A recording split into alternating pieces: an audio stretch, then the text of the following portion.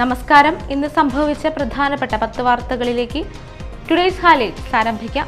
സ്വാഗതം. പൊയ്യയിൽ പട്ടാപ്പകൽ യുവാവിനെ ആക്രമിച്ച് 4 സംഘം 5.5 ലക്ഷം രൂപ കവർന്നു. പൊയ്യ ബിവറേജിന് സമീപം ഇന്ന് രാവിലെ 11:30ഓടെയാണ് സംഭവം. കോഴിക്കോട് നെല്ലിക്കോട് ചന്ദ്രോദയം വീട്ടിൽ ചന്ദ്രന്റെ മകൻ ശ്യാമലാലിന്റെ പണമാണ് അക്രമികൾ കവർന്നത്. ഒരിടവേളയ്ക്ക് ശേഷം തൃശൂർ മച്ചാട് മേഖലയിൽ കാട്ടാന ശല്യം രൂക്ഷമാകുന്നു. തെക്കുകര പഞ്ചായത്തിലെ മെലിലത്ത് കാട്ടാനകൾ കൃഷി നശിപ്പിച്ചു. കഴിഞ്ഞ ദിവസം നീലോലിപ്പാട് മേഖലയിലും കാട്ടാനകൾ കൃഷിനാശം വരുത്തിയിരുന്നു. സംസ്ഥാനത്ത് ഇന്നും റേഷൻ വിതരണം മുടങ്ങിയതോടെ മാർച്ച് മാസത്തെ റേഷൻ വാങ്ങാനുള്ള കാലാവധി നീട്ടി. ഏപ്രിൽ 6 വരേക്കാണ് തീയതി നീട്ടി നൽകിയിരിക്കുന്നത്. ഇപോസ് മെഷീന്റെ സർവർ തകരാറിലായതോടെയാണ് ഇന്നും റേഷൻ വിതരണം തടസ്സപ്പെട്ടത്. തളിക്കുളത്തെ നിയന്ത്രണം വിട്ട കാർ ഓട്ടോയിലിടിച്ച് യുവാവിന് ദാരുണാന്ത്യം. ഓട്ടോ ഡ്രൈവറായ തളിക്കുളം ത്രിവേണി ഇത്തിക്കാട്ട് വിശംഭരന്റെ മകൻ രതീഷാണ് മരിച്ചത്. ഞാറക്കലിൽ പോലീസിന്റെ വൻ മദ്യവേട്ട. വളപ്പ് കളരിക്കിൽ ഇബീഷിന്റെ വീട്ടിൽ നടത്തിയ പരിശോധനയിൽ 85 കുപ്പി മദ്യമാണ് പിടികൂടിയത്. 1/2 ലിറ്റർ കുപ്പികളിലായി നിറച്ചുവെച്ചിരുന്ന മദ്യമാണ് പോലീസ് പിടികൂടിയത്. സംസ്ഥാനത്ത് സ്വർണ്ണവില കുറഞ്ഞു.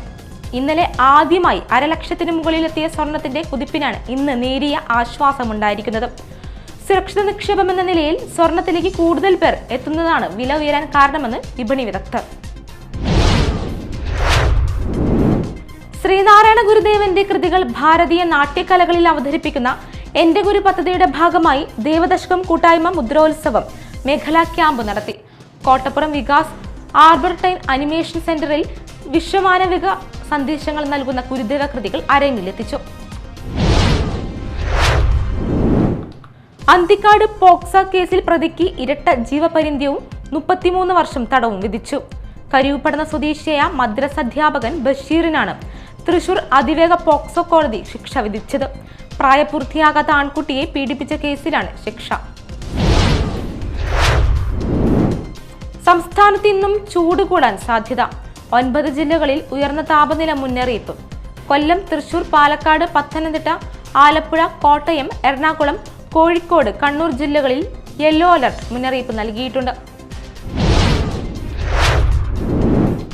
തെരഞ്ഞെടുപ്പ് പെരുമാറ്റച്ചട്ട ലംഘനം എന്ന പരാതിയിൽ തൃശൂരിലെ NDA സ്ഥാനാർത്ഥി സുരേഷ് ഗോപിയിൽ നിന്നും ജില്ലാ കളക്ടർ വിശദീകരണം തേടി.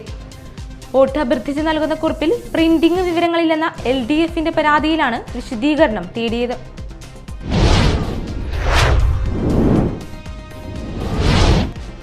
ഹൈലൈറ്റ്സ് വാർത്തകളുടെ വിശദമായ റിപ്പോർട്ട് അടുത്ത ന്യൂസ് റൗണ്ടപ്പിൽ കാണാം. ടുഡേയ്സ് ഹൈലൈറ്റ്സ് ഇവിടെ സമാപിക്കുന്നു. നമസ്കാരം.